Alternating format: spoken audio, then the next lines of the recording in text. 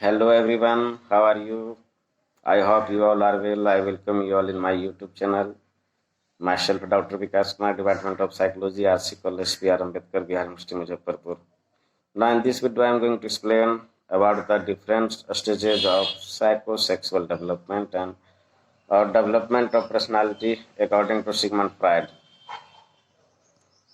यानी फ्राइडियन मनोविज्ञान के अंतर्गत व्यक्तित्व के विकास की कौन कौन सी अवस्थाएं हैं या मनोलैंगिक विकास के कौन कौन से चरण हैं, इसकी चर्चा हम लोग इस मनोविज्ञान के मुख्य टॉपिक के अंतर्गत करेंगे।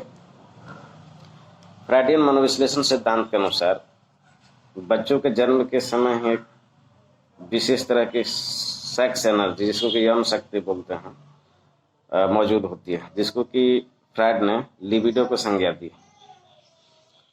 और यह विभिन्न अवस्थाओं से गुजरकर अंतिम अवस्था तक पहुंचती है और व्यक्तित्व के निर्माण में महत्वपूर्ण भूमिका अदा करती है। फ्राइड के अनुसार ऐसी 5 अवस्थाएं: oral stage, anal stage, phallic stage, latency stage and genital stage. यहाँ पर हम हर एक स्टेज के बारे में अलग अलग चर्चा करेंगे और इसके महत्वपूर्ण बिंदुओं पर प्रकाश डालेंगे। तो सबसे पहले हम लोग ओरल स्टेज की चर्चा करते हैं, जिसे कि मुखावस्था भी कहते हैं। यह शिशु के जन्म से 1 वर्ष तक की अवस्था है। इस अवस्था में कामुकता क्षेत्र मुंह होता है, यानी इरोजोनियस जन बच्चों का माउथ होता है और बच्चे अपने माउथ के द्वारा चूसने निगलने की क्रिया करते हैं और चूसने निगलने और दबाने की क्रिया के फलस्वरूप इन्हें एक लैंगिक सुख की प्राप्ति होती है। इस अवस्था में कम या अधिक मात्रा में मुखवर्ती उत्तेजन होने से, यानी जो हमारे मुंह में जो ओरल स्टिमुलेशन होता है, जो सेंसेशन होता है, इसके होने से वयस्कावस्था में 2 तरह के व्यक्तित्व का निर्माण होता है, जिसे कि ओरल पैसिव पर्सनालिटी बोला जाता है, दूसरा ओरल एग्रेसिव पर्सनालिटी कहा जाता है, यानी मुखवर्तीय निष्क्रिय व्यक्तित्व और अनुवर्तीय आक्रामक व्यक्तित्व। मुखवर्तीय निष्क्रिय व्यक्तित्व वाले व्यक्तियों में आशावादी, निर्भरता और निष्क्रियता जैसे गुणों की प्रधानता होती है, जबकि अनुवर्ती आक्रामक व्यक्तित्व यानी ओरल एग्रेसिव पर्सनालिटी वाले व्यक्तियों में प्रभुत्व, परपीड़न आदि गुणों की प्रधानता होती है। यानी इस स्टेज में अगर किसी तरह से फिक्सेशन हो जाता है तो उपरोक्त जैसा कि हमने चर्चा की उस तरह के व्यक्तित्व का निर्माण होने की संभावना होती है। अगला है एनल स्टेज, जिसे कि गुद्दा अवस्था भी बोलते हैं। यह 2 से 3 वर्ष के बीच की अवस्था है, जिसमें बच्चों का कामुकता क्षेत्र उसके गुदा क्षेत्र में केंद्रित हो जाता है। यानी बच्चे यहाँ पर मलमूत्र को त्यागने से संबंधित क्रियाओं द्वारा सेक्सुअल एनर्जी या सेक्सुअल अराउजल का अनुभव करते हैं, यानी मलमूत्र त्यागने वाली क्रियाओं से आनंद उठाते हैं। इस अवस्था में अधिक या कम उत्तेजना होने से वयस्कावस्था में 2 तरह के व्यक्तित्व का निर्माण होता है, जैसे कि एनल एग्रेसिव पर्सनालिटी बोलते हैं और दूसरा एनल रिटेंटिव पर्सनालिटी बोलते हैं, यानी गुद्दा आक्रामक व्यक्तित्व और दूसरा गुद्दा धारणात्मक व्यक्तित्व। तो एनल एग्रेसिव पर्सनालिटी वाले व्यक्तियों में क्रूरता, विनाशिता, विद्वेष जैसे गुणों की प्रधानता होती है और गुदा धारणात्मक व्यक्तित्व यानी एनल रिटेंटिव पर्सनालिटी वाले में हठ, कंजूसी, क्रमबद्धता जैसे गुणों की प्रधानता होती है। इस तरह से इस स्टेज में भी बच्चों को प्रॉपर ट्रेनिंग की आवश्यकता होती है। अगर बच्चों को टॉयलेट ट्रेनिंग अगर सही से नहीं दिया जाए तो इस अवस्था में फिक्सेशन होगा और 2 तरह के, जिसकी चर्चा मैंने अभी की, एनल एग्रेसिव पर्सनालिटी और एनल रिटेंटिव पर्सनालिटी का निर्माण हो जाता है। इसलिए इस अवस्था में प्रॉपर गाइडेंस की आवश्यकता होती है, बच्चों को अच्छा से ट्रेनिंग देने की आवश्यकता होती है कि मलमूत्र कैसे त्याग करना है। अगला जो है वो फैलिक अवस्था है। यह फैलिक स्टेज लिंग प्रधान अवस्था, यह 4 से 5 वर्ष की अवस्था है। इसमें इरोजोनियस जोन यानी कामुकता क्षेत्र बच्चों के जनेंद्रियों जेनाइटल ऑर्गन में केंद्रित हो जाती है।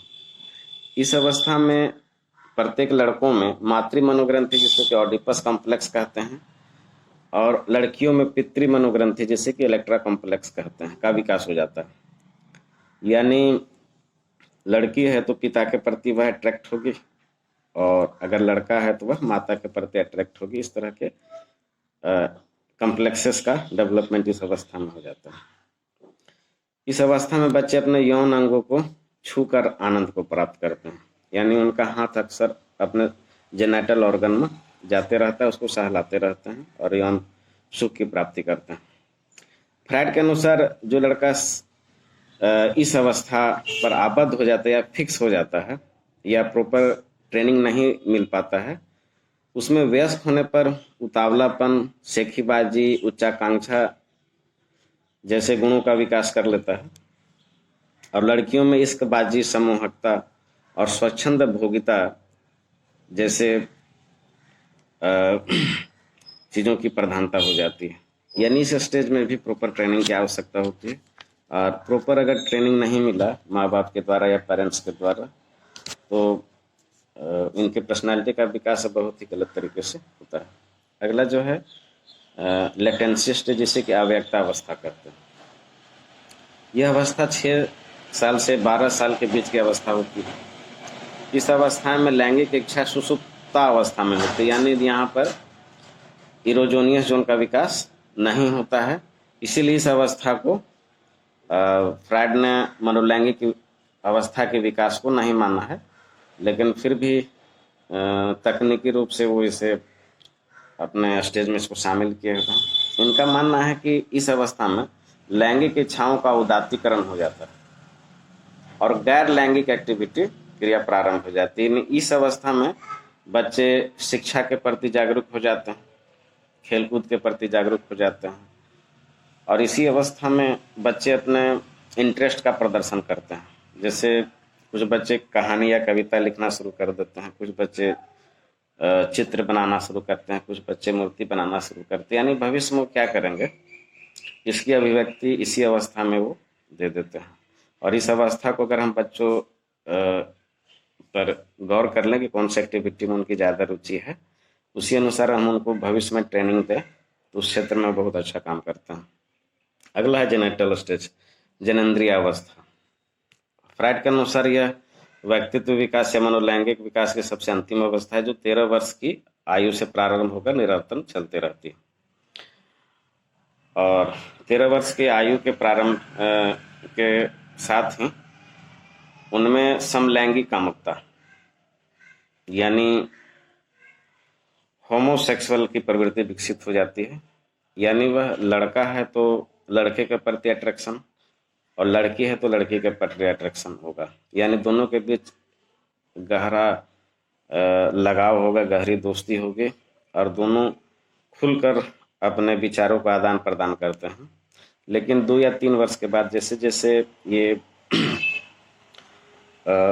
यौवन अवस्था को प्राप्त करते जाते हैं, इनका आकर्षण अपोजिट सेक्स के प्रति हो जाता है, यानी विषमलिंगी कामुकता यानी हेट्रोसेक्सुअलिटी का डेवलपमेंट हो जाता है, और यहाँ पर वे अपोजिट सेक्स के प्रति आकर्षण की प्रवृत्ति विकसित हो जाती है। यानी लड़का है तो लड़की के प्रति अट्रैक्ट हो जाएगा, और लड़की है तो लड़का के प्रति अट्रैक्ट हो जाता है।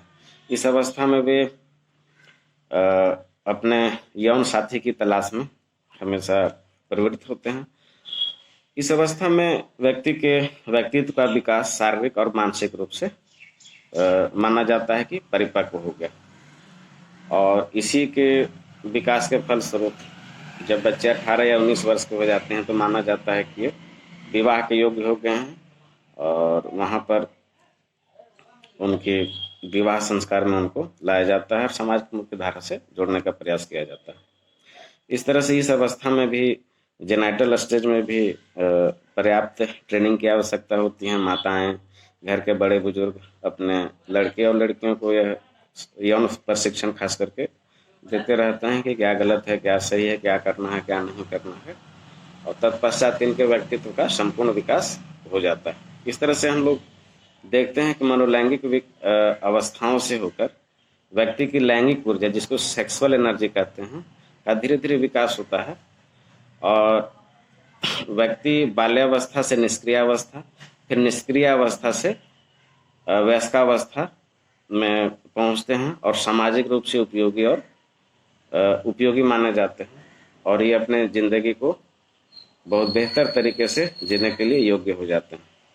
तो इस तरह से फ्राइड के अनुसार मनोलैंगिक अवस्था की 5 अवस्थाएं हैं, और इसे ही व्यक्तित्व विकास की भी अवस्था कही जाती है। इन 5 अवस्थाओं में अगर प्रॉपर वे में हर एक अवस्था में बच्चे को पर्याप्त ट्रेनिंग दी जाए, पर्याप्त प्रशिक्षण दिया जाए, तो वो अच्छे व्यक्तित्व का निर्माण करते हैं। और अगर इनका उचित शिक्षा, उचित सलाह अगर ना मिले तो ऐसे बच्चे समाज के लिए घातक सिद्ध होते हैं। तो मेरा यह टॉपिक आज यहीं समाप्त होता है। बहुत बहुत धन्यवाद।